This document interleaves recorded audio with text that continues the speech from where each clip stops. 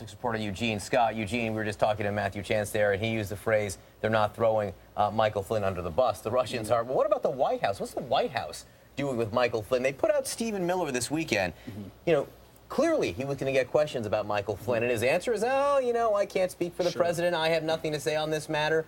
That's not damning someone with faint praise. That's damning someone with silence. It certainly wasn't leaving Flynn and people who support him having an optimistic and encouraging perspective on what could happen long term.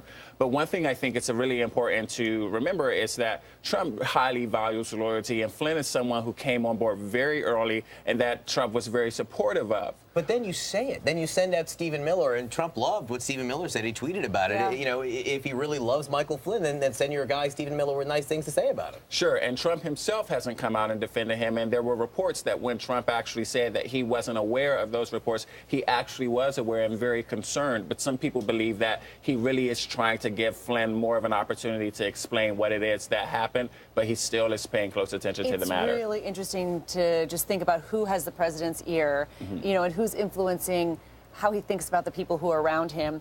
Specifically, this guy, Christopher Ruddy, who runs Newsmax, which is a, you know, sort of an alternative news, right-leaning news organization. This is what he said about Reince Priebus to our Brian Stelter.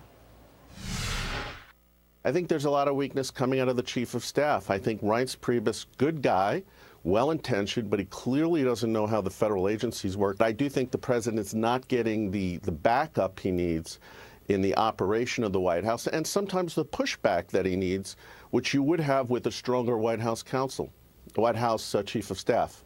So later he said, you know, look, he talked to Reince Priebus. He'll have an open mind about Reince Priebus. But tell me what's going on with the people around the president. You know, you have Sean Spicer, maybe weakened a bit by all of this attention on SNL. Kellyanne Conway is still sort of, you know, still sort of in the spotlights for all that Nordstrom nonsense last week. And now, you know, Reince Priebus being, you know, kind of really hit by this guy. Yeah, this is not the first time we've heard reports of significant conflicts within the White House. There's generally thought to be like 4 main points of power, and many of them do not agree with one another, not just on policy, but didn't trust one another before they actually got into the White House, during the campaign, and during even the time before they got on Team Trump. And so we've seen a lot of concerns about a lack of unity, and one of the ways that manifests is some of these anonymous leaks that we believe we're seeing record numbers of.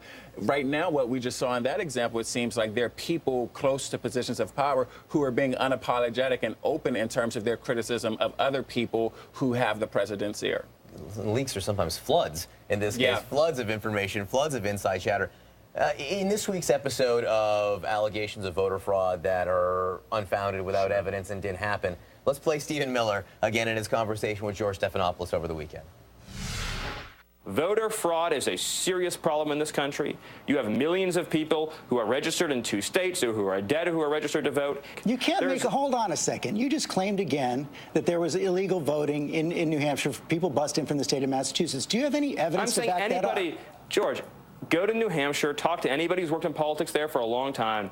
Everybody's aware of the problem in New Hampshire with respect to I'm asking you as the White House senior hold on a second. I'm asking you as the White House senior policy advisor. The president made a statement saying he was the victim of voter fraud. People being bused from Massachusetts and New Hampshire. The president was. Do you have any evidence? If this is an issue that interests you, then we can talk about it more in the future.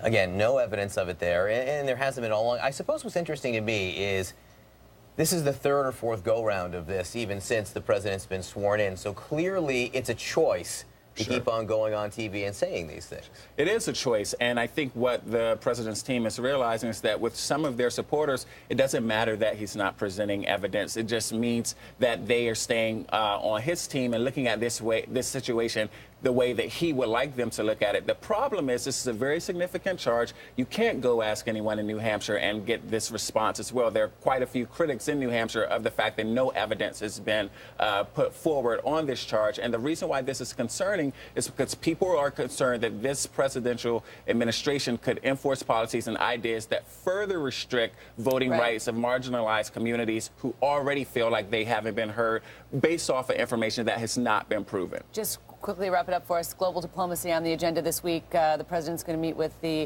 Justin Trudeau. He'll meet with Benjamin Netanyahu later this week, talking NAFTA, talking a relationship with Israel. There's a chance for this fourth week of his presidency to be very presidential.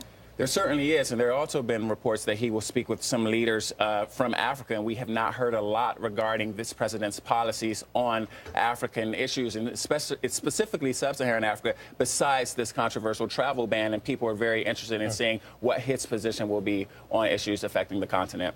All right, Eugene Scott, come back again. I will. Nice to see you, Eugene. All right, North Korea